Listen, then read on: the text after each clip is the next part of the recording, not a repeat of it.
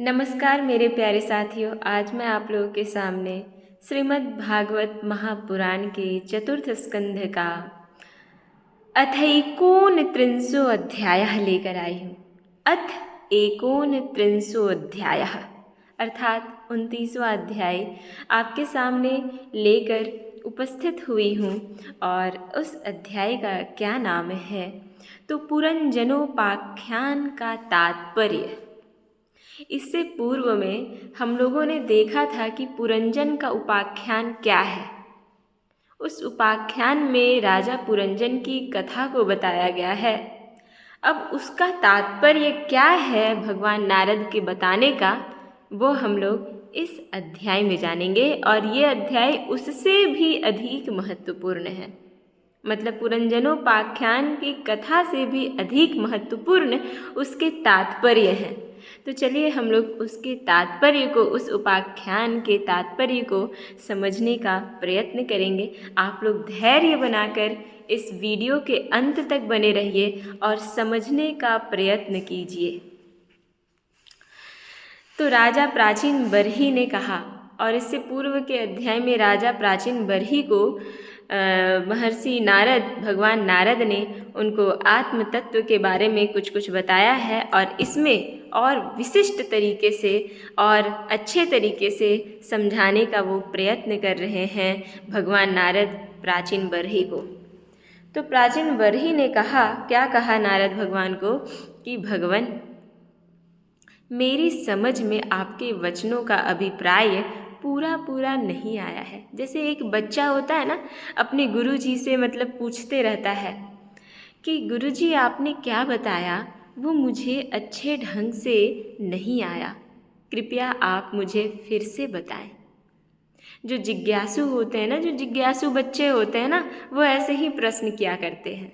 ठीक उसी प्रकार से राजा प्राचीन बरही नारद भगवान से कह रहे हैं कि आपने जो कुछ बताया उसका मुझे उसका अभिप्राय पूर्ण रूप से नहीं आया पता, उसका अभिप्राय मुझे पूर्ण रूप से पता नहीं चला।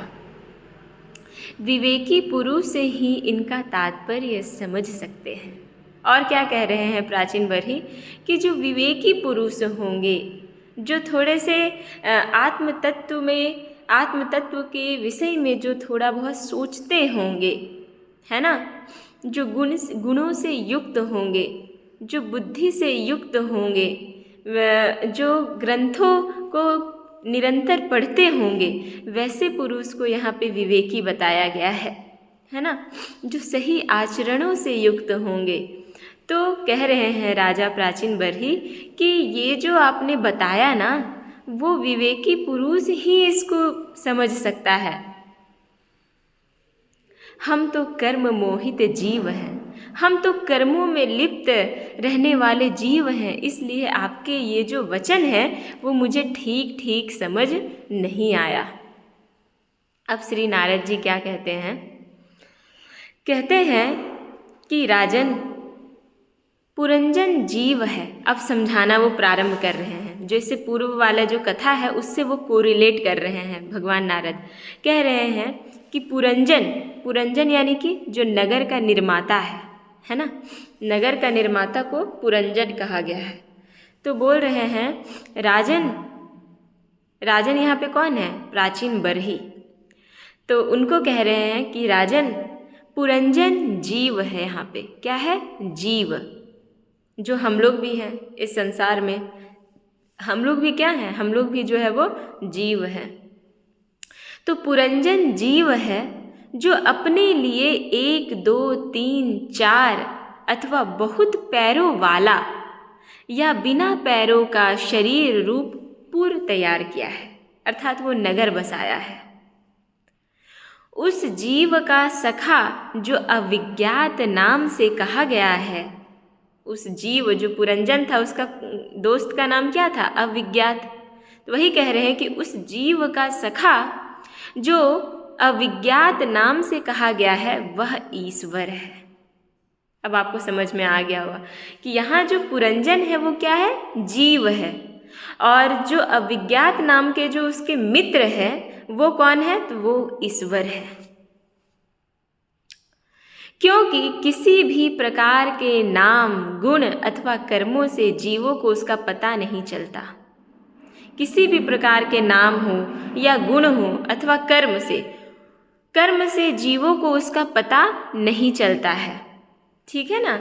जीव अपने इतने सांसारिक मोह माया में लिप्त रहते हैं कि उस जीवों के जो है वो उस जीव को पता नहीं चलता है कि वो इस प्रकार का गुण है तो ये महान हो सकते हैं, इत्यादि इत्यादि। नाम इनका ऐसा है, गुण ऐसा है, आचरण ऐसा है, तो ये हमसे विशिष्ट हो सकते हैं। वो ऐसा जीव नहीं समझ सकता, क्योंकि इस सांसारिक मोह माया से वो इतना लिप्त रहता है कि वो अपने आप को ही श्रेष्ठ समझते रहता है। समझ रहे हैं ना। इसलिए वो जो है वो नाम, गुण अथवा कर्मों से जीवों को उसका पता नहीं चलता है।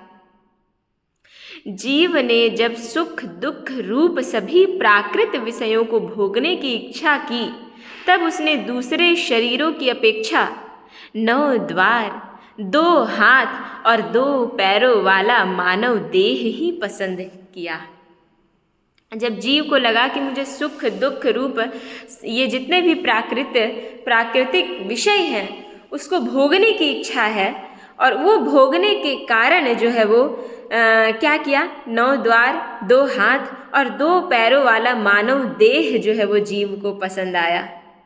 समझ रहे हैं ना। जीव एक इंसान है, उसको इस संसार में आने के बाद बहुत सारे जो ये प्राकृत वस्तुएं हैं, जो भौतिक पदार्थ है, उसको भोगने की वो जो है वो इच्छा उत्पन्न किया, जिसके कारण से 9 द्वार, 2 हाथ और 2 पैरों वाला मानव देह ही उसको पसंद आने लगा। और ये 9 द्वार 2 हाथ क्या है अभी आपको पता चलेगा। बुद्धि अथवा अविद्या को ही तुम पुरंजनी नाम की स्त्री जानो। और नारद भगवान क्या कह रहे हैं कि जो बुद्धि और इस संसार में जो आपकी बुद्धि है ना, और जो अविद्या है, ठीक है, उसको आप स्त्री समझो। और इस पुरंजनोपाख्यान में उसकी जो प्रेयसी थी उसका नाम पुरंजनी था। पुरंजन की प्रेयसी का नाम क्या था, पुरंजनी था। तो नारद भगवान बोल रहे कि वो जो पुरंजनी थी ना, वो बुद्धि और अविद्या थी। बुद्धि और अविद्या को ही जो है वो वहाँ पे पुरंजनी बताया गया है, और वही स्त्री के रूप में कार्य करती है। और ये जो बुद्धि और अविद्या नामक जो पुरंजनी है ना, वो सबके शरीर में निवास करती है। आप सोच लीजिए कैसे आप मोह में फंसते चले जाते हैं, क्योंकि आपके स्वयं के शरीर में स्त्री निवास कर रही है। और कैसी स्त्री, तो वो जो है वो बुद्धि और अविद्या से युक्त स्त्री, और जो कि वो सबके शरीर में निवास कर रही है। सबके शरीर में बुद्धि है, और विद्या तो सभी लोग जानते हैं, जो भी चीज़ों की जानकारी होती है वो सब विद्या के ही अंतर्गत आता है। तो ये तो सबके शरीर में है, और वही स्त्री है, और उसी को पुरंजनोपाख्यान में पुरंजनी बताया गया है। फिर क्या बताया गया है, और बताया गया कि नाम की स्त्री जानो, इसी के कारण देह और इंद्रिय आदि में मैं, मेरेपन का भाव उत्पन्न होता है। किसके कारण, बुद्धि और अविद्या के कारण ही ये मैं हूँ, और ये मेरी संपत्ति है, ये मेरा धन है, ये मेरा वैभव है, ये मेरा साम्राज्य है, ये हमारा ये क्या क्या है पता नहीं। इसी के कारण जो है वो क्या है, इसी के कारण देह और इंद्रिय आदि में मैं, मेरेपन का भाव उत्पन्न होता है। और पुरुष इसी का आश्रय लेकर शरीर में इंद्रियों द्वारा विषयों को भोगता है। और वो पुरुष कौन है, भगवान श्री हरि, वो पर ब्रह्म परमात्मा है, जो आपके शरीर में रहते हुए भी, भोगते हुए भी वो सांसारिक विषयों में जो है वो आसक्त नहीं होते, वो अनासक्त रहते हैं, और वो भोगते हैं, और वो मजा लेते हैं। आप जिस तरह से परेशान होते हैं ना, उनको बहुत खुशी होती है।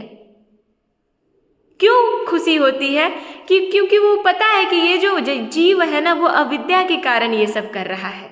जिस दिन इसको आत्म तत्व की जानकारी थोड़ी भी हो जाएगी ना, तो वो इस तरह से जो है वो चेष्टा करना बंद कर देगा। आगे 10 इंद्रियां ही उसके मित्र है।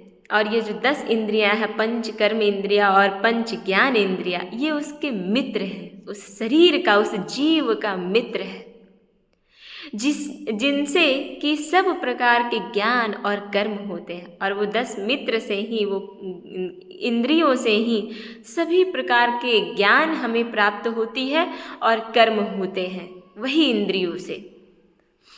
इंद्रियों की वृत्तियां ही उसकी सखियां और प्राण, अपान, व्यान, उदान, समान, रूप 5 वृत्तियों वाला प्राण वायु ही नगर की रक्षा करने वाला 5 फन का सर्प है। ये जो 5 वायु है ना आपके भीतर, वही 5 फन वाला वो सर्प था जो द्वारपाल बना हुआ था। पुरंजनी नगर का द्वारपाल जो 5 फन वाला सर्प था, वही जीव के भीतर 5 वायु है।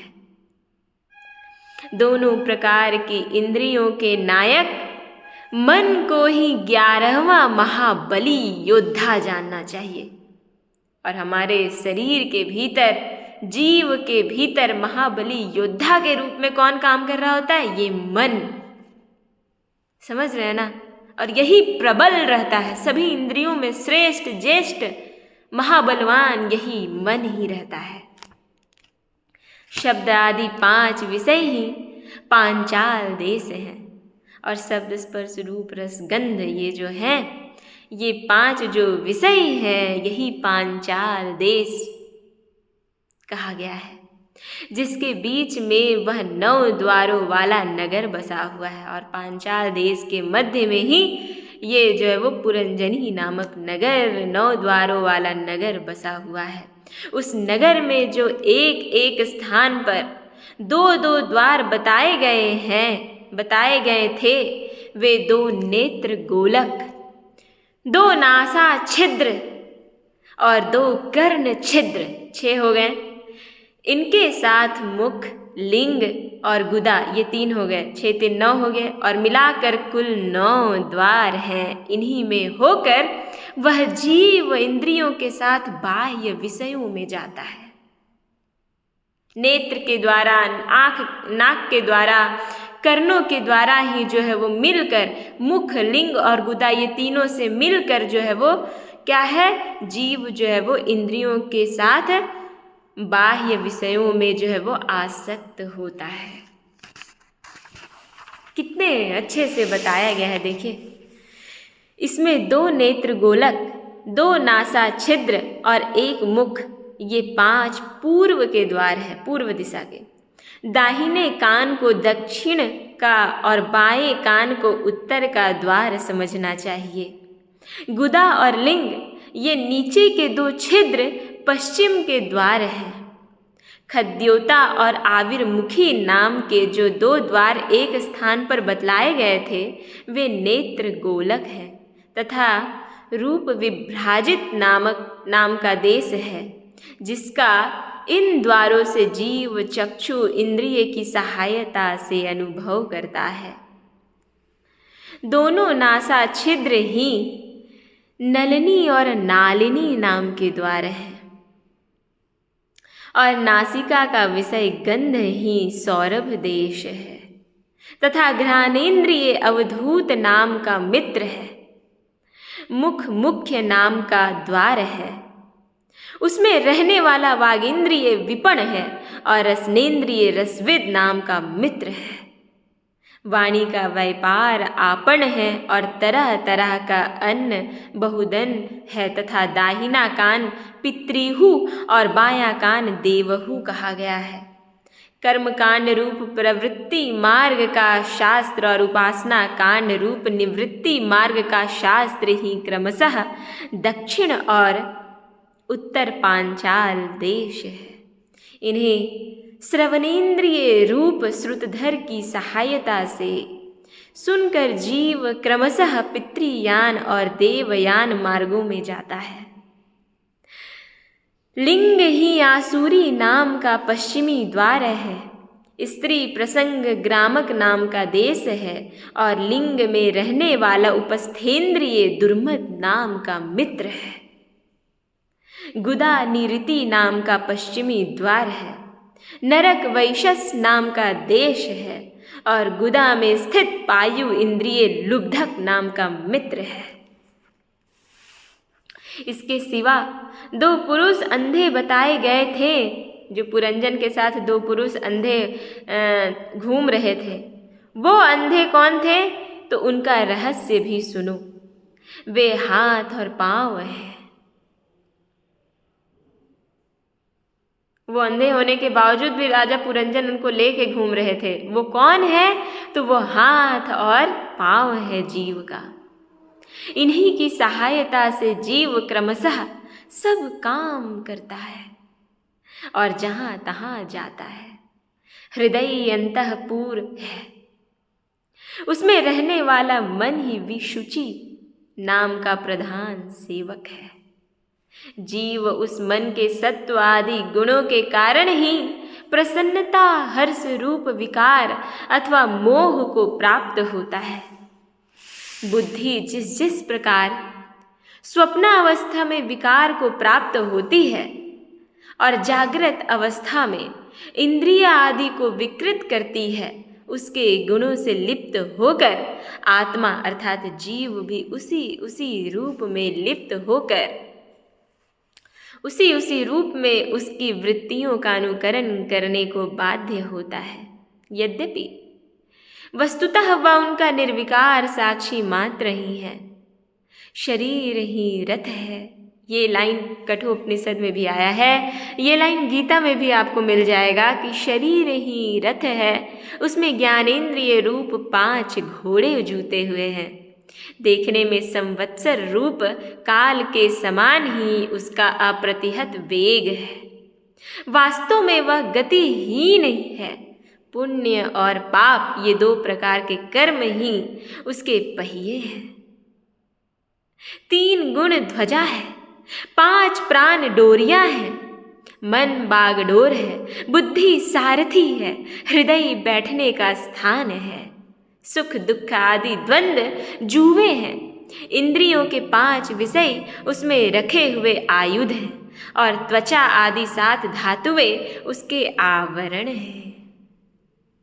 5 कर्मेंद्रिय उसकी 5 प्रकार की गति है। ये जो 5 कर्मेंद्रिय है ना, वो 5 प्रकार की गति है। इस रथ पर चढ़कर रथी रूप यह जीव मृग तृष्णा के समान मिथ्या विषयों की ओर दौड़ते रहता है।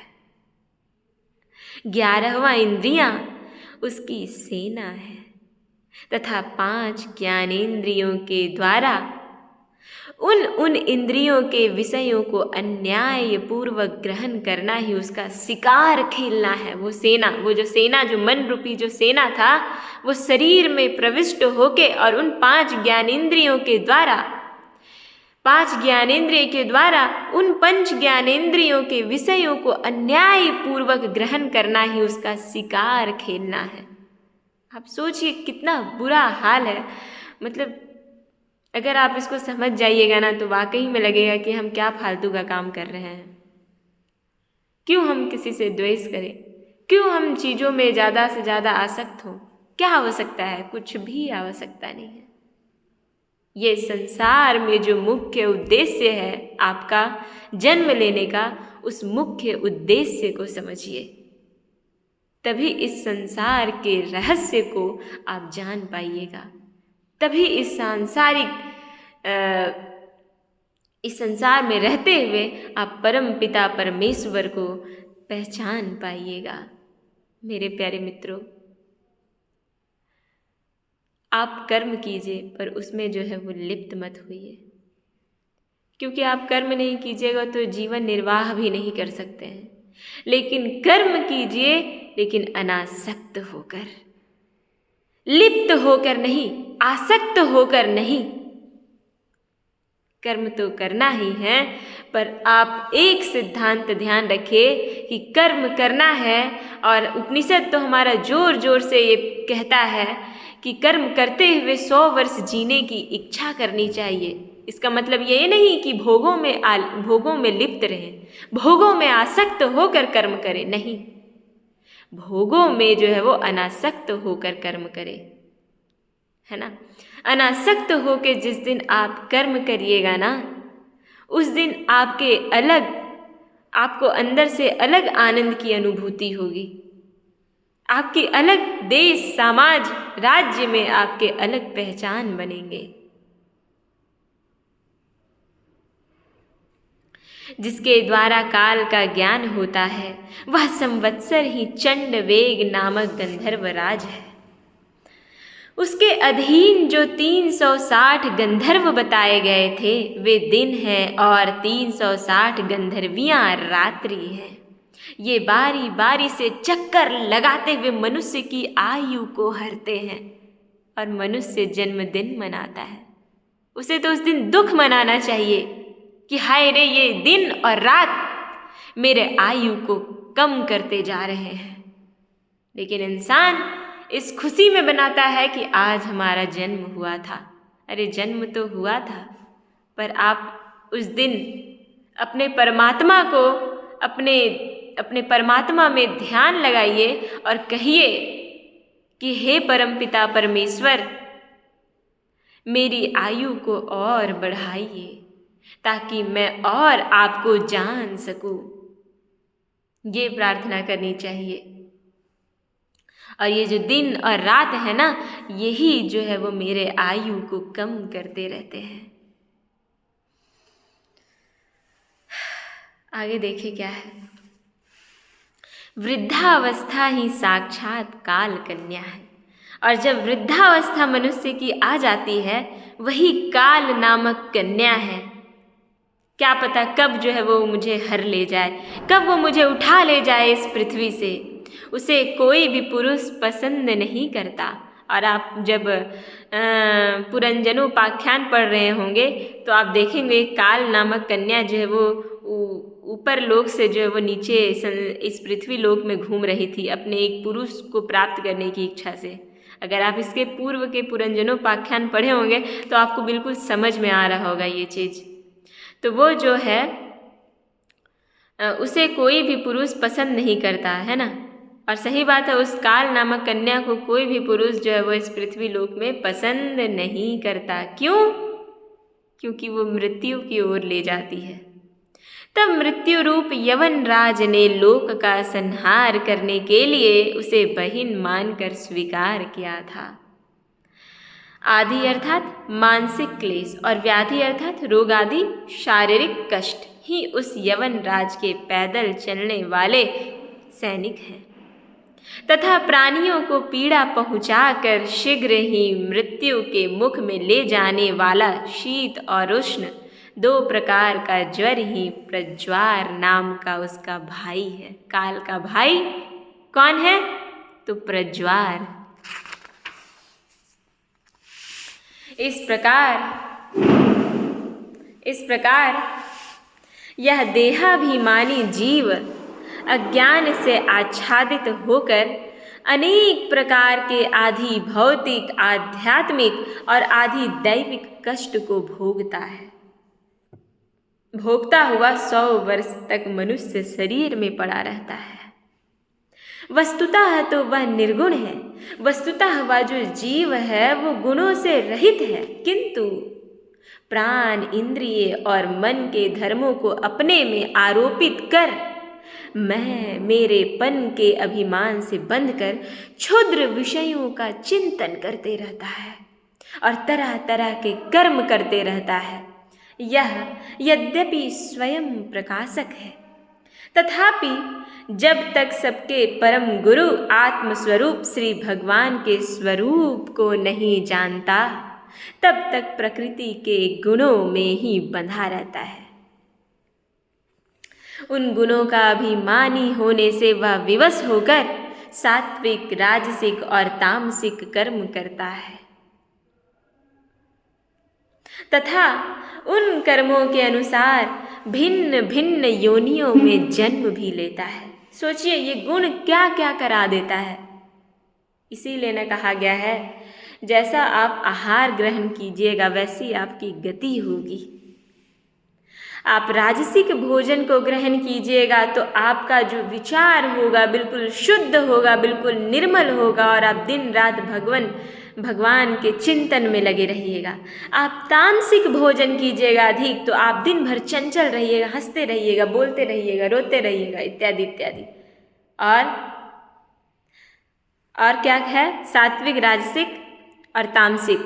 राजसिक तो चंचल हो गया और तामसिक जो है वो आप सुसुप्ति अवस्था में रहिएगा दिन भर। समझ गए ना? इसलिए प्रयास करना है कि आप सात्विक भोजन ही करें ताकि आप कुछ तो आपकी बुद्धि में थोड़ी बहुत तो परिवर्तन होगी ही। देखिए लाइट चली गई है ना, लेकिन कोई नहीं, प्रकृति का प्रकाश ही बहुत पर्याप्त है हमारे लिए, बहुत है ना। तो वह कभी तो सात्विक कर्मों के द्वारा प्रकाश बहुल स्वर्ग आदि लोक को प्राप्त करता है। मैंने कहा ना कि आपको सात्विक आप रहिएगा, सात्विक प्रवृत्ति का भोजन कीजिएगा, सात्विक भोजन कीजिएगा तो आपके अंदर प्रकाश की बहुलता रहेगी। प्रकाश अर्थात वो सत्व ज्ञान की बहुलता रहेगी और उसके कारण आप स्वर्ग आदि लोक को प्राप्त कीजिएगा। लेकिन कभी राजसिक कर्मों के द्वारा दुखमय और रजोगुणी लोक में जाते हैं, है ना। और जब आप जिस प्रकार से राजसिक कर्म कीजिएगा, राजसिक भोजन इत्यादि कीजिएगा तो वो आप दुखमय रजोगुणी लोक में जाइएगा, जहाँ उसे तरह तरह के कर्मों का क्लेश उठाना पड़ता है।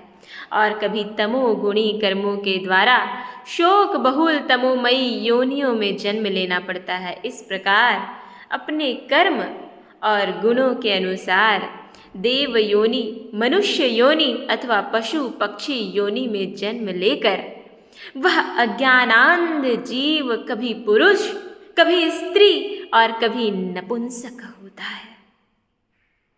जिस प्रकार बेचारा भूख से व्याकुल कुत्ता दर दर भटकता हुआ अपने प्रारब्ध अनुसार कहीं डंडा खाता है और कहीं भात खाता है, उसी प्रकार यह जीव चित्त में नाना प्रकार की वासनाओं को लेकर ऊंचे नीचे मार्ग से ऊपर नीचे अथवा मध्य के लोक में भटकते रहता है। सोच लीजिए आपकी क्या गति होगी। आप जिस प्रकार से जो कर्मों को कीजिएगा उस प्रकार से आपकी गति होगी।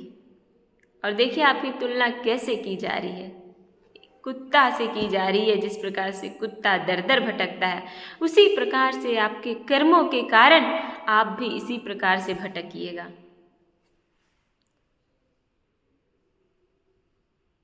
और क्या लिखा है?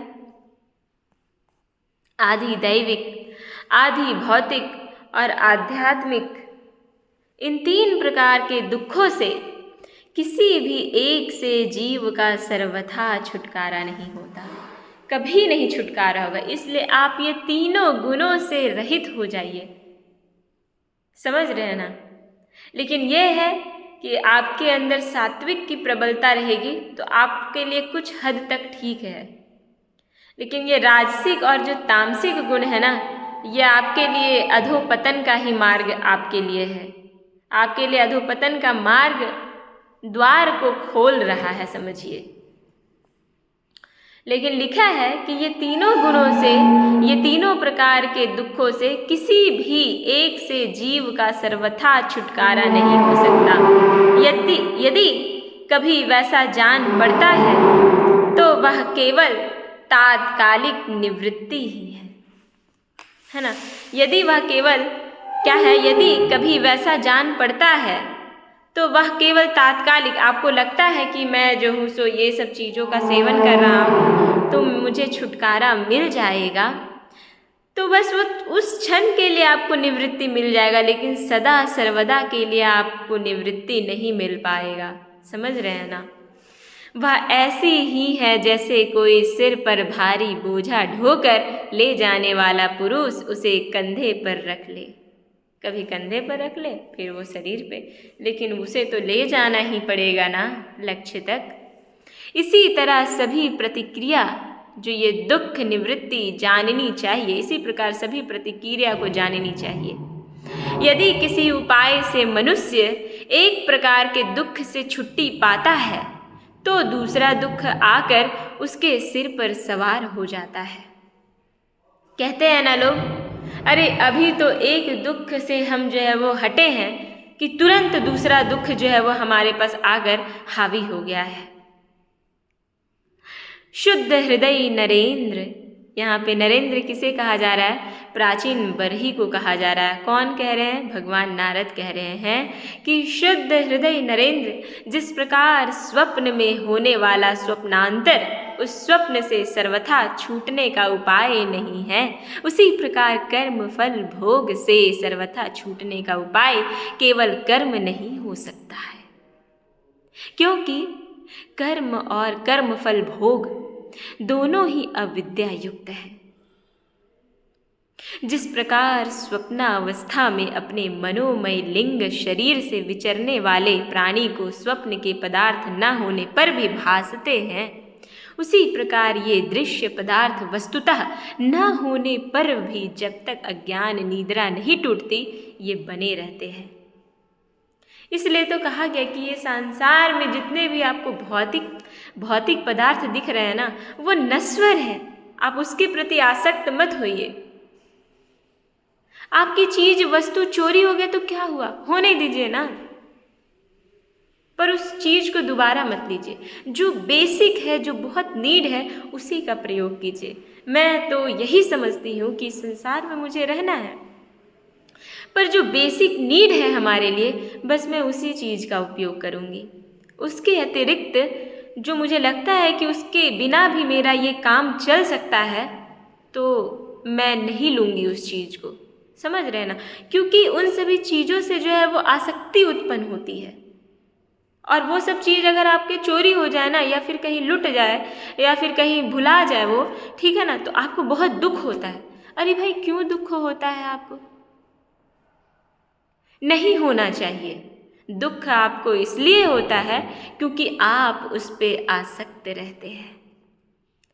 जिस दिन वस्तु को आप क्षणभंगुर समझने लग जाइएगा, जिस दिन वस्तु को आप नश्वर समझने लग जाइएगा, जिस दिन आपको समझ में आ जाएगा कि ये सब चीज़ कुछ भी नहीं है, तुच्छ है, उसी दिन आप जो है वो उस पे आसक्त होना छोड़ दीजिएगा। और फिर देखिए, जो आपको आनंद मिलेगा ना, वो अद्भुत आनंद होगा जो किसी और को नहीं मिल सकता है। जो रुपये, पैसे, धन संपत्ति से वो आनंद नहीं मिल सकता है। जो आनंद आपको इन सभी चीज़ों से, इन सभी ज्ञान से जब आपको आ जाएगा। मेरे प्यारे मित्रों, हमारा पुराण बहुत गूढ़ रहस्यों को बताता है, कहानियों के माध्यम से। बस आपको सूक्ष्म दृष्टि से देखने की आवश्यकता है इसमें। और जिस दिन आप इन चीज़ों को सूक्ष्म रूप से देखने लग जाइएगा ना, उस दिन आपको जो है वो परम आनंद की प्राप्ति होगी। आपको बहुत शांति मिलेगी। आपको बहुत लगेगा कि ये संसार कितना निर्मल है, ये संसार कितना स्वच्छ है हमारे लिए। चलिए मैं आगे चलती हूँ। फिर कह रहे हैं, अतः इनकी आत्यंतिक निवृत्ति का उपाय एकमात्र आत्मज्ञान ही है। तो इनको आप आत्यंतिक रूप से, जो पुनः इससे आप आसक्त ना हो, ऐसी अगर आपको निवृत्ति चाहिए, तो आपको आत्मज्ञान की प्राप्ति, आप उसकी प्राप्ति के लिए आप जो वो चेष्टा करते रहिए, तभी इन सभी चीज़ों से आपको निवृत्ति मिल सकेगी। राजन, जिस अविद्या के कारण परमार्थ स्वरूप आत्मा को यह जन्म मरण रूप अनर्थ परंपरा प्राप्त हुई है, उसकी निवृत्ति गुरु स्वरूप श्री हरि में सुदृढ़ भक्ति होने पर हो सकती है। भगवान वासुदेव में अगर वसुदेव रहेगा तो उनके पिताजी हैं, लेकिन वसुदेव का पुत्र जो है वो वासुदेव है, अर्थात भगवान श्री कृष्ण है। तो यही कहा जा रहा है यहाँ पे कि भगवान वासुदेव में एकाग्रता पूर्वक सम्यक प्रकार से किया हुआ भक्ति भाव ज्ञान और वैराग्य का आविर्भाव कर देता है। अगर आपकी भक्ति भगवान वासुदेव में है केवल, तो ये बात जान लीजिए कि आपके अंदर ज्ञान और वैराग्य का आविर्भाव हो जाएगा। आपके अंदर वो ज्ञान और वैराग्य का बीज जो है वो अंकुरित हो जाएगा। वो बीज तो है पर वो बीज अंकुरित नहीं हो पा रहा है। क्यों? क्योंकि आप जो है वो अविद्या में लिप्त हैं, क्योंकि आप जो है वो इन भौतिक पदार्थों में लिप्त हैं, इसलिए वो बीज अंकुरित नहीं हो पा रहा है। कैसा बीज? वो विद्या रूपी बीज और वो वैराग्य रूपी बीज। तो वो अंकुरित तभी होगा जब आप भगवान श्री हरि के चरण कमलों में आप विराजिएगा, आप उन्हीं की भक्ति कीजिएगा, आप उन्हीं का गुणगान कीजिएगा, उन्हीं के स्तुतियों को, उन्हीं के स्तोत्रों को जब आप पढ़िएगा तब। राजर्षे, यह भक्ति भाव भगवान की कथाओं के आश्रित रहता है, और ये जो भक्ति भाव है वो तभी उत्पन्न होगी जब आप भगवान की कथाओं को, भगवान के लीलामयी रूपों को जब आप पढ़िएगा दिन भर, तभी उसे बहुत शीघ्र इसकी प्राप्ति हो जाती है। राजन, जहाँ भगवत गुणों को कहने और सुनने में तत्पर विशुद्ध चित्त भक्त जन रहते हैं, उस साधु समाज में सब और महापुरुषों के मुख से निकले हुए श्री मधुसूदन भगवान के चरित्र रूप शुद्ध अमृत की अनेकों नदियाँ बहते रहती है। जो लोग अतृप्त चित्त से श्रवण करते हैं, जिनको तृप्ति नहीं मिली हो, वैसे लोग जो अतृप्त, जिनकी चित्त अतृप्त है, उससे वो श्रवण में तत्पर अपने कर्ण कुहरों द्वारा उस अमृत का छक कर पान करते हैं। उस भगवान की लीला कथाओं का जो पान करते हैं, उन्हें भूख, प्यास, भय, शोक, मोह आदि कुछ भी बाधा नहीं पहुंचा सकता। मैंने कहा ना, पहले तो आप इन सभी चीज़ों से हटिए और भगवान में आप एकाग्रचित होकर उनकी स्तुति, उनके स्तोत्रों को गाइए, और फिर जो आपकी साइड की जो बाधाएं हैं ना, वो स्वतः ही आपको लगेगा कि वो बाधा जो वो हट गया है, और आप सांसारिक चीज़ों से आप धीरे धीरे हटते चले जाइएगा, और आपका समस्या का समाधान भी स्वतः ही होते चल जाएगा। मुझे ये चीज़ महसूस होती है, मुझे ये चीज़ लगता है कि सच में कुछ तो है, कुछ शक्ति है जो ये सब कर्म और इन सभी कर्मों के दुखों का समाधान भी करने वाली है। कोई तो है, क्योंकि कभी कभी ऐसा लगता है कि मैं कुछ नहीं भी कर रही होती फिर भी वो चीज़ होता है और बहुत अच्छा लगता है, पता नहीं क्यों, पर वो चीज़ होता है और उस चीज़ को करने के लिए कोई तो है। आगे क्या है? हाय, स्वभावतः प्राप्त होने वाले इन क्षुधा, पिपासा आदि विघ्नों से सदा घिरा हुआ जीव समुदाय श्री हरि के कथा अमृत सिंधु से प्रेम नहीं करता। साक्षात प्रजापतियों के पति ब्रह्मा जी, भगवान शंकर, स्वयंभू मनु, दक्ष आदि प्रजापति गण, सनका आदि नैष्ठिक ब्रह्मचारी, मरीचि, अत्रि, अंगिरा, पुलत्स्य, पुलहा, क्रतु, भृगु, वशिष्ठ और मैं, ये जितने ब्रह्मवादी मुनिगण हैं, समस्त वाङ्मयी के अधिपति होने पर भी, सब कुछ इनके हाथ में है, फिर भी ये तप, उपासना और समाधि के द्वारा ढूंढ कर हार गए कि वैसी कौन सी शक्ति है जिससे मुझे मुक्ति मिल सकती है। फिर भी उस सर्व साक्षी परमेश्वर को आज तक न देख सके। वेद भी अत्यंत विस्तृत है, वो सागर है, वो समुद्र है, उसका पार पाना हंसी खेल नहीं है।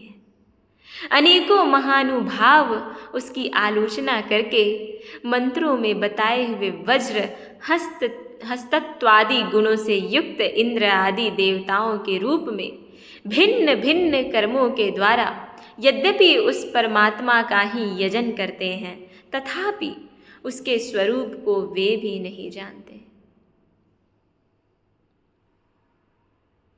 हृदय में बार बार चिंतन किए जाने पर भगवान जिस समय जिस जीव पर कृपा करते हैं उसी समय वह लौकिक व्यवहार एवं वैदिक कर्म मार्ग की बद्धमूल आस्था से छुट्टी पा जाता है। बरहिस्मन, तुम इन कर्मों में परमार्थ बुद्धि मत करो। ये सुनने में ही प्रिय जान पड़ता है। जो वो यज्ञ इत्यादि जो अनुष्ठान वो कर रहे थे उसके प्रति ये कह रहे हैं कि ये सुनने में बहुत प्रिय लगता है, प्रिय जान पड़ते हैं, परमार्थ का तो स्पर्श भी नहीं करते।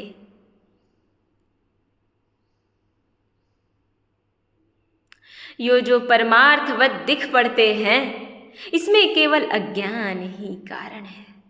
जो मलिन मति कर्मवादी लोग वेद को कर्म परक बताते हैं वे वास्तव में उसका मर्म नहीं जानते। इसका कारण यही है कि वे अपने स्वरूप भूत लोक को नहीं जानते, जहाँ साक्षात श्री जनार्दन भगवान विराजमान हैं। पूर्व की ओर अग्रभाग वाले कुशाओं से संपूर्ण भूमंडल को आच्छादित करके अनेकों पशुओं का वध करने से तुम बड़े कर्माभिमानी और उद्धत हो गए हो, किंतु वास्तव में तुम्हें कर्म या उपासना किसी के भी रहस्य का पता नहीं है। वास्तव में कर्म तो वही है जिससे श्री हरि को प्रसन्न किया जा सके, और विद्या भी वही है जिसे भगवान में चित्त लगे। तो देखिए यहाँ पे कर्म और विद्या का डेफिनेशन बता दिया कि कर्म वास्तव में वही है जो श्री हरि को प्रसन्न किया जा सके, जिससे श्री हरि को प्रसन्न किया जा सके, और विद्या भी वही है जिससे भगवान में चित्त लगे। कितनी अच्छी बातें कही हैं। श्री हरि संपूर्ण देहधारियों के आत्मा, नियामक और स्वतंत्र कारण हैं। अतः उनके चरण तल ही मनुष्यों के एकमात्र आश्रय हैं और उन्हीं से संसार में सबका कल्याण हो सकता है। जिससे किसी को अनुमात्र भी भय नहीं होता वही उसका प्रियतम आत्मा है। ऐसा जो पुरुष जानता है वही ज्ञानी है, और जो ज्ञानी है वही गुरु एवं साक्षात श्री हरि है।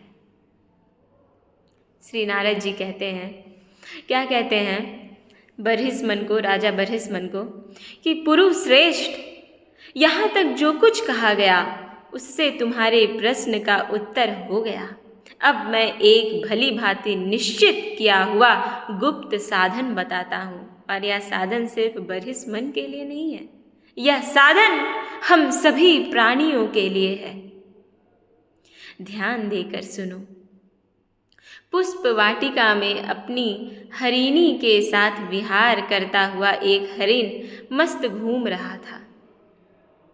वह दूब आदि छोटे छोटे अंकुरों को चर रहा था। उसके कान भौरों के मधुर गुंजार में लग रहे थे।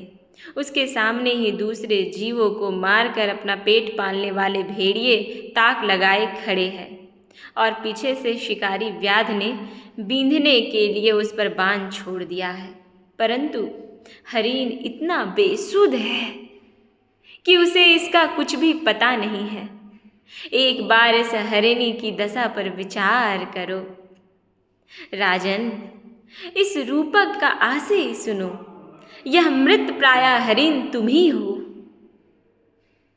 तुम अपनी दशा पर विचार करो। पुष्पों की तरह ये स्त्रियां केवल देखने में सुंदर है। ये संसार में जो स्त्रियां हैं वो पुष्पों की भांति हैं जो देखने में बस सुंदर है।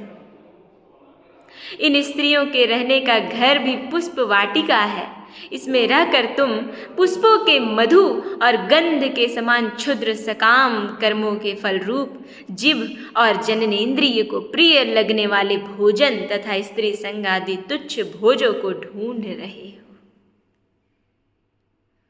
कितना अच्छा रूपक दिया गया है। स्त्रियों से घिरे रहते हो और अपने मन को तुमने उन्हीं में फंसा रखा है। स्त्री पुत्रों का मधुर भाषण ही भौरों का मधुर गुंजार है। तुम्हारे कान उसी में अत्यंत आसक्त हो रहे हैं। सामने ही भेड़ियों के झुंड के समान काल के अंश दिन और रात तुम्हारी आयु को हर रहे हैं, परंतु तुम उनकी कुछ भी परवाह न कर गृहस्थी के सुखों में मस्त हो रहे हो। तुम्हें सब कुछ पता है कि ये जो दिन और रात है ये मेरे आयु को छीन कर रहा है, मेरे काल को हर रहा है। सब कुछ पता होने के बावजूद भी हम इस संसार में इतने मदमस्त हैं कि मुझे कुछ भी पता नहीं चल रहा है, परंतु तुम उनकी कुछ भी परवाह नहीं कर रहे हो। यानी हम सब जीव उस दिन और रात्रि का कुछ भी परवाह नहीं कर रहे हैं। बात तो सही है। तुम्हारे पीछे गुपचुप लगा हुआ शिकारी काल अपने छिपे हुए बाण से तुम्हारे हृदय को दूर से ही बिंध डालना चाहता है। इस प्रकार अपने को मृग जैसी स्थिति में देखकर तुम अपने चित्त को हृदय के भीतर निरुद्ध करो और नदी की भांति प्रवाहित होने वाली श्रवणेन्द्रिय की बाह्य वृत्ति को चित्त में स्थापित करो, अर्थात अंतर्मुखी करो। जहाँ कामी पुरुषों की चर्चा होती रहती है उस गृहस्थ आश्रम को छोड़कर परम हंसों के आश्रय श्री हरि को प्रसन्न करो। जहाँ पे आपको लगता है कि काम संबंधी कुछ चर्चाएं हो रही है, वहाँ से आप बिल्कुल खिसक लें और उन जगहों पर जाएं जहाँ पे भगवान श्री हरि का कीर्तन हो रहा हो और क्रमशः सभी विषयों से विरत हो जाइए। राजा प्राचीन बरही ने कहा, क्या कहा? इतना बात होने के बाद, इतना बात कहने के बाद प्राचीन बरही ने कहा, भगवान आपने कृपा करके मुझे जो उपदेश दिया उसे मैंने सुना और उस पर विशेष रूप से विचार किया। मुझे कर्म का उपदेश देने वाले इन आचार्यों को निश्चय ही इसका ज्ञान नहीं है। यदि ये इस विषय को जानते तो मुझे इसका उपदेश क्यों करते? परंतु उन आचार्यों को भी इस विषय के बारे में नहीं पता है जो विषय की चर्चा अभी भगवान नारद ने किया। भगवान नारद का साफ कहना है कि इन कर्मों में भी जो है वो आपकी आसक्ति हो जाएगी। आप ये जो कर्मकांड कर रहे हैं, आप जो ये काम कर रहे हैं, उससे आप हटकर दिन रात भगवान श्री हरि में डूबे रहें। इनकी यही एक सार रूप में यही है। यदि ये इस विषय को जानते तो मुझे इसका उपदेश क्यों करते? अगर आचार्यों को आपके उपदेशों के बारे में पता रहता तो वह इस प्रकार से मुझे कर्म करने के लिए नहीं कहते। विप्रवर, मेरे उपाध्यायों ने अर्थात मेरे आचार्यों ने आत्म तत्व के विषय में मेरे हृदय में जो महान संशय खड़ा कर दिया था उसे आपने पूरी तरह से काट दिया। इस विषय में इंद्रियों की गति न होने के कारण मंत्र दृष्टा ऋषियों को भी मोह हो जाता है। वेदवादियों का कथन जगह जगह सुना जाता है कि पुरुष इस लोक में जिसके द्वारा कर्म करता है उस स्थूल शरीर को यहीं छोड़कर परलोक में कर्मों से ही बने हुए दूसरी देह उसका फल भोगता है। किंतु यह बात कैसे हो सकती है? क्योंकि उन कर्मों का कर्ता स्थूल शरीर तो यही नष्ट हो जाता है, फिर उन कर्मों का फल ऊपर में कैसे मिलता है? इसके सिवा जो जो कर्म यहाँ किए जाते हैं वे तो दूसरे ही क्षण में अदृश्य हो जाता है, खत्म हो जाता है, दिखाई नहीं देता। उसके बाद वे परलोक में फल देने के लिए किस प्रकार पुनः प्रकट होते हैं? ये इनके प्रश्न हैं। किनके? राजा बरहिस्मन के, प्राचीन बरही के। अब श्री नारद जी इसका उत्तर देते हैं। आप सुनिए, बहुत मजा आएगा। बहुत ही अच्छे तरीके से बताया गया है। कहते हैं नारद जी, राजन, स्थूल शरीर तो लिंग शरीर के अधीन है, अतः कर्मों का उत्तरदायित्व भी वो लिंग शरीर पे ही है। जिस मनः प्रधान लिंग शरीर की सहायता से मनुष्य कर्म करता है वह तो मरने के बाद भी उसके साथ रहता ही है। मरने के बाद भी वो कर्म जो है वो लिंग शरीर में रहता है और वो लिंग शरीर तो सदैव रहता है। अतः वह परलोक में अपरोक्ष रूप से, जो आपको नहीं दिखाई देगा, वैसे रूप से स्वयं उसी के द्वारा उनका फल भोगता है। और वह लिंग शरीर जो है, जो मना प्रधान लिंग शरीर है, ये मन है ना, वो लिंग शरीर है। क्या है? लिंग शरीर। और ये लिंगी शरीर जो है वो अपरोक्ष रूप से दूसरे लोक में उस फल को भोगते रहता है।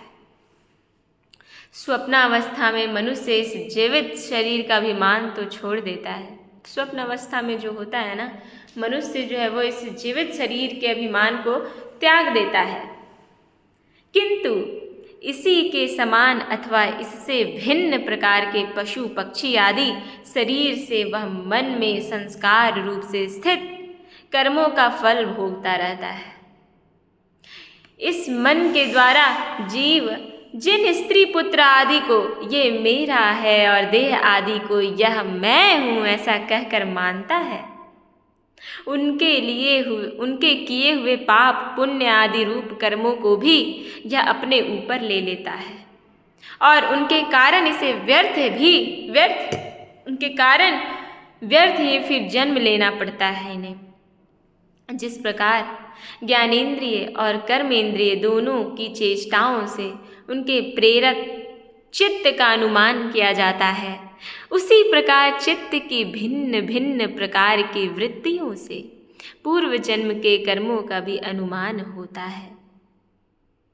कभी कभी देखा जाता है कि जिस वस्तु का इस शरीर से कभी अनुभव नहीं किया जाता, आप इस संसार में देखे होंगे कि जिस वस्तु के बारे में हम कभी सुने नहीं, कभी जाने नहीं, कभी अनुभव नहीं किया जाता, जिसे ना कभी देखा है ना कभी सुना है, उसका स्वप्न में वह जैसी होती है वैसा ही अनुभव हो जाता है। राजन, तुम निश्चय ही मानो कि लिंग देह के अभिमानी जीव को उसका अनुभव पूर्व जन्म में हो चुका है। पूर्व जन्म में वो आपसे कुछ संबंध रहा होगा उस विषय से, इसलिए इस जन्म में आपको उस वस्तु के रूप स्वच्छ आपको सपने में दिखाई पड़ जाते हैं। लेकिन आप सोचते हैं कि अरे इसके बारे में तो मैंने कभी सोचा ही नहीं अपने जीवन काल में, फिर ये स्वप्न कैसे हमारे चित्त में आ गया, कैसे हमारे स्वप्नावस्था में आ गया? ऐसा होता है ना? तो उसका कारण है कि उससे आपका संबंध पूर्व जन्म में रहा होगा, तभी वो इस जन्म में स्वप्न वैसा कुछ आ रहा है आपके हृदय में। क्योंकि जो वस्तु पहले अनुभव की हुई नहीं होती, उसकी मन में वासना भी नहीं हो सकती है। इसलिए वो आपका पहले उस वस्तु के बारे में पहले कभी अनुभव हुआ होगा, इस जन्म में नहीं, पूर्व जन्म में कभी हुआ होगा, तभी वो स्वप्न में आ रहा है, अन्यथा नहीं आ सकता वो स्वप्न में। राजन, तुम्हारा कल्याण हो। मन ही मनुष्य के पूर्व रूपों को तथा भावी शरीर आदि को भी बता देता है। मन जो है ये मनुष्य के पूर्व रूप को, पहले उनका क्या रूप था उसको, और आगे आने वाले जो शरीर आदि है उसको मन ही बता देता है। और जिनका भावी जन्म होने वाला नहीं है, उन तत्ववेत्ताओं की विदेह मुक्ति का पता भी उनके मन से ही लग जाता है। मन से बहुत कुछ आपको पता चल जाएगा। कभी कभी स्वप्न में देश, काल अथवा क्रिया संबंधी ऐसी बातें भी देखी जाती है जो पहले कभी देखी या सुनी नहीं गई, जैसे पर्वत की चोटी पर समुद्र, दिन में तारे अथवा अपना सिर कटा दिखाई देना इत्यादि। इनके दिखने में निद्रा दोष को ही कारण मानना चाहिए। मन के सामने इंद्रियों से अनुभव होने योग्य पदार्थ ही भोग रूप में बार बार आते हैं और भोग समाप्त होने पर चले जाते हैं। ऐसा कोई पदार्थ नहीं आता जिसका इंद्रियों से अनुभव ही ना हो सके। इसका कारण यही है कि सब जीव मन सहित है। जितने भी आपके भोग आपको मन करता है ना कि हम ये चीज़ भोग लें, हम वो चीज़ भोग लें, ये सब मन से युक्त है, तभी आता है। जब आप मन को ही कंट्रोल में कर लीजिएगा ना, तो ये जितने भी भोग पदार्थ है वो आपसे दूर हट जाएंगे। और ये करना अगर आप चाह लेंगे तो ये उतना ही आसान है, अगर आप नहीं चाहें तो ये उतना ही कठिन है, समझ लीजिए आप। साधारणतया तो सब पदार्थों का क्रमशः ही भान होता है। साधारण रूप से तो सभी पदार्थों को हम अपने जीवन में महसूस करते ही हैं, किंतु यदि किसी समय भगवत चिंतन में लगा हुआ मन विशुद्ध सत्व में स्थित हो जाए तो उसमें भगवान का संसर्ग होने से एक साथ संपूर्ण विश्व का भान होने लग जाता है।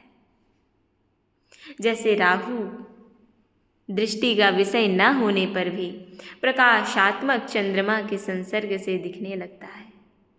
राजन, जब तक गुणों का परिणाम एवं बुद्धि, मन, इंद्रिय और शब्द आदि विषयों का संघात यह अनादि लिंग देह बना हुआ है, तब तक जीव के अंदर स्थूल देह के प्रति मेरा, मैं, इस भाव का भाव नहीं हो सकता। सुसुप्ति, मूर्छा, अत्यंत दुख तथा मृत्यु और तीव्र ज्वर आदि के समय भी इंद्रियों की व्याकुलता के कारण मैं और मेरेपन की स्पष्ट प्रतीति नहीं होती, किंतु उस समय भी उनका अभिमान तो बना ही रहता है। जिस प्रकार अमावस्या की रात्रि में चंद्रमा रहते हुए भी दिखाई नहीं देता, अमावस्या की रात्रि में चंद्रमा रहता है पर वो मुझे दिखाई नहीं देता, उसी प्रकार युवावस्था में स्पष्ट प्रतीत होने वाला यह एकादश इंद्रिय विशिष्ट लिंग शरीर गर्भावस्था और बाल्यकाल में रहते हुए भी, ये गर्भावस्था में भी लिंग शरीर रहता है और बालकाल में भी ये लिंग शरीर रहता है, ये रहते हुए भी इंद्रियों का पूर्ण विकास न होने के कारण ये मुझे प्रतीत नहीं होता है।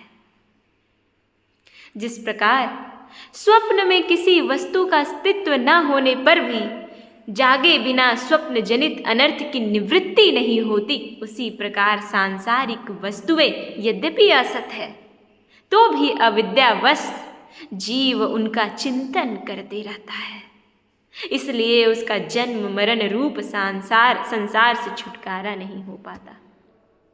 इस प्रकार पंच तन मात्राओं से बना हुआ तथा 16 तत्वों के रूप में विकसित यह त्रिगुणमय संघात ही लिंग शरीर है।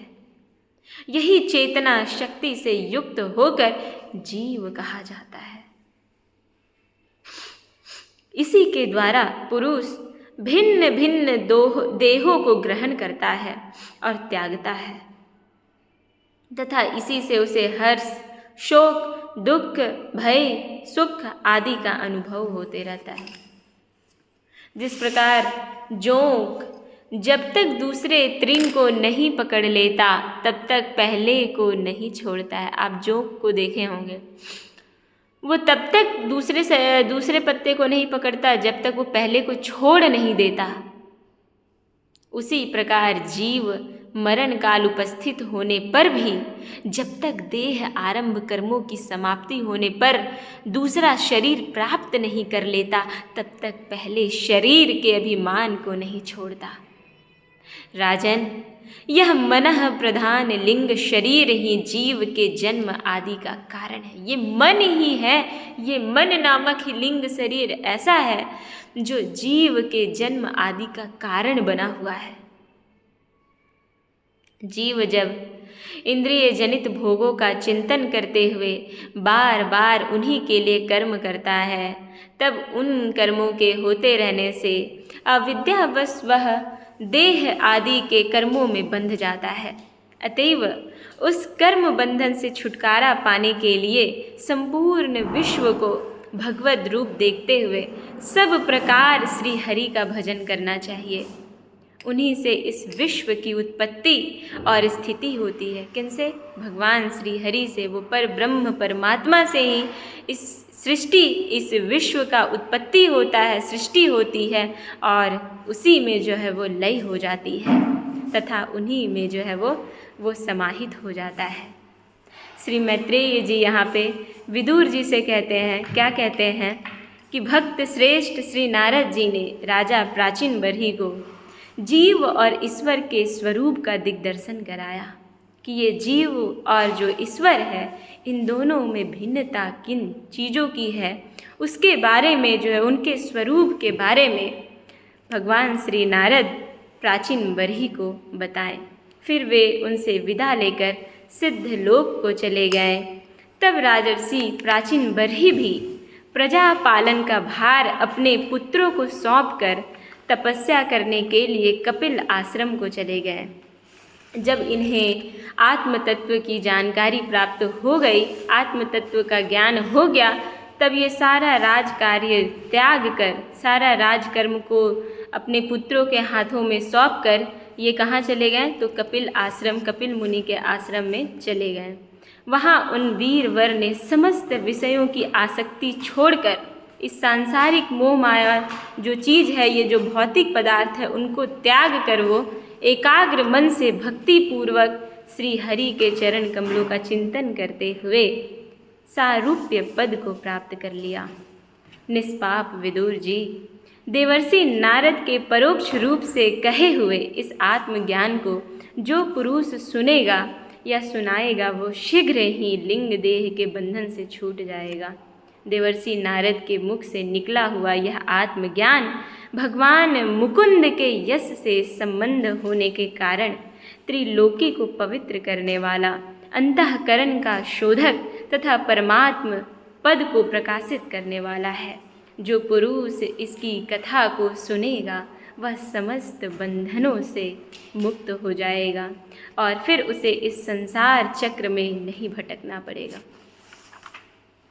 अंत में जो है वो श्री मैत्रेय जी कहते हैं, ये पूरा कथा जो है, पूरा भागवत की कथा विदुर जी और मैत्रेय जी के मध्य ही हो रहा है।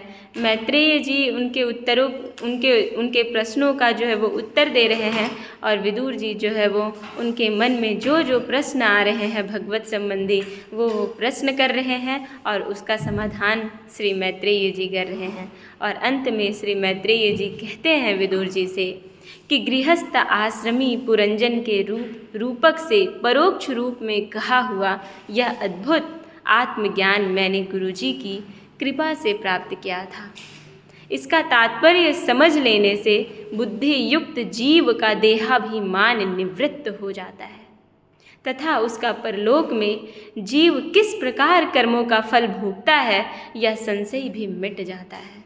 मेरे प्यारे मित्रों, ये जो था वो पुरंजनोपाख्यान का तात्पर्य था। इससे पूर्व वाले अध्याय में हम लोग देखे थे कि पुरंजनोपाख्यान में उनकी कथा क्या थी, उन कथाओं का मुख्य उद्देश्य क्या था, उन कथाओं को कहने का मुख्य तात्पर्य क्या था, वो हम लोग 29वां अध्याय में देखे। श्रीमद् भागवत पुराण के चतुर्थ स्कंध का 29वां अध्याय जो मैं आप लोगों के सामने अभी प्रस्तुत की।